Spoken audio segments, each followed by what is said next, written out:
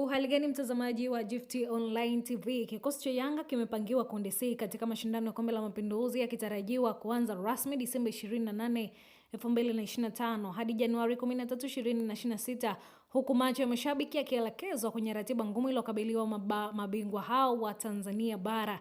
Katika mchezo wao wa kwanza, Yanga itashuka dimbani Januari 4, 2026 kuwakabili KFZ ya Zanzibar, mchezo unaotarajiwa kuwa na ushindani mkubwa kutokana na historia ya timu za Zanzibar kufanya vizuri wanapocheza nyumbani. Michuano yote ya hatua ya makundi itachezwa katika dimba la New Aman Complex visiwani Zanzibar, uwanja unaotarajiwa kufurika mashabiki kutoka pande zote mbili. Fainali ya mashindano hayo ikapangwa kucheza katika uwanja wa Gombani Pemba. Baada ya mchezo wa dhidi ya KVZ, Yanga itarejea uwanjani Januari 6, 2026 kwa mchezo wa pili dhidi ya TRA United Tabora United, timu inayoshiriki ligi kuu bara ya Tanzania na inayotajwa kuwa na kikosi chenye ushindani mkubwa msimu huu. Kwa mujibu wa ratiba inayotolewa na kamati ya mashindano ya Kombe la Mapinduzi, kundi C lina timu tatu. Hizi ni Yanga, TRA United na KFZ, hali inayorahisisha kuwa kila pointi itakuwa na umuhimu mkubwa katika mbio za kusonga mbele. Mashindano haya ya Kombe la Shirikisho